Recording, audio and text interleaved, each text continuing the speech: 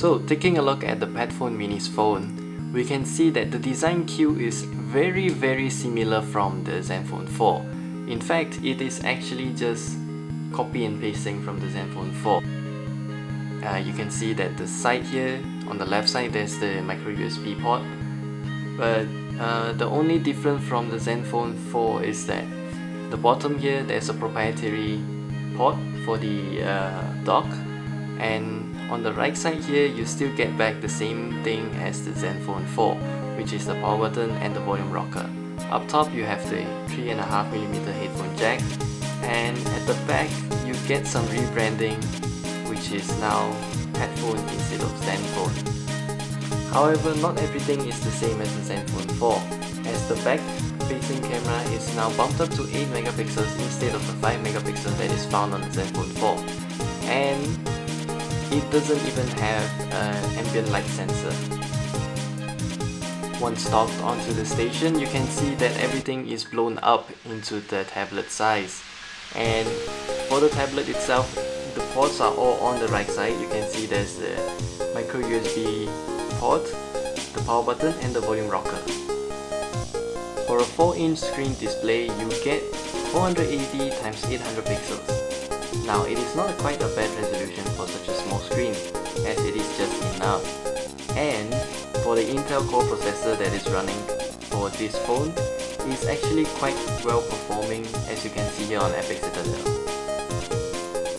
The battery life on the PadFone Mini, however, is a little bit disappointing as compared to the PadFone Infinity, which I have used in the past.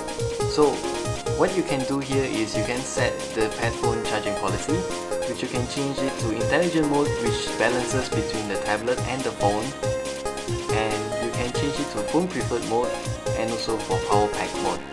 For power pack mode, you can actually just dock the phone on the tablet itself, and the tablet will switch itself off just to provide as much charge as possible to the phone.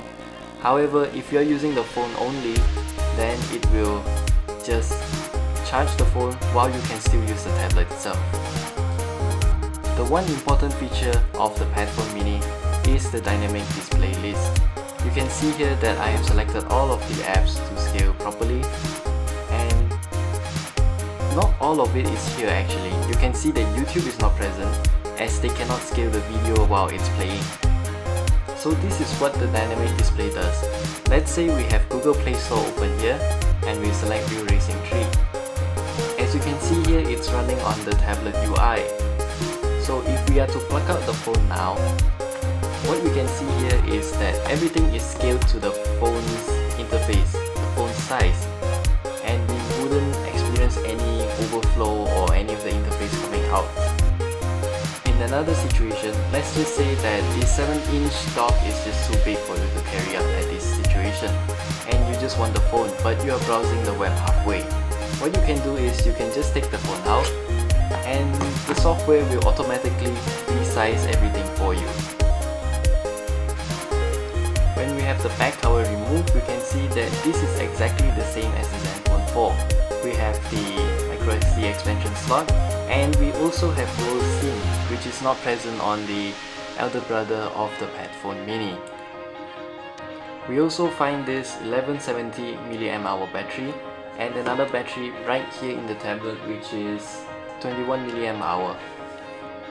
Well, if you're thinking that this tablet will be a power bank for this phone, technically you are right. You can have a full charge for the phone if you let it charge for long enough. If you are planning just to take the phone out alone, you better brace yourself and bring a power bank, as the 1170 mAh is not going to be enough for any usage at all, at least for me. If you are trying to run Instagram, it will tell you this: there is no front-facing camera and you can't launch this application. However, if you're using the phone, you can launch Instagram without any issues at all. But however, if you have Instagram on and you dock it onto the tablet itself, it will tell you this, the same message as before. Fun fact for those who are planning to get this PadFone Mini for themselves, there is a speaker at the bottom of the tablet, and there's another speaker on the phone itself. So when you play some music, you can actually have dual stereo speakers, but it is rear facing. As you can see here, when I press the right speaker itself, front, right, it's coming up from the tablet. For the left side, front, left, it's coming up from the phone. front, left, front, right. Well, it does sound a little bit different since they are both designed in a very different way, and I'm not quite sure if ASUS is doing this right.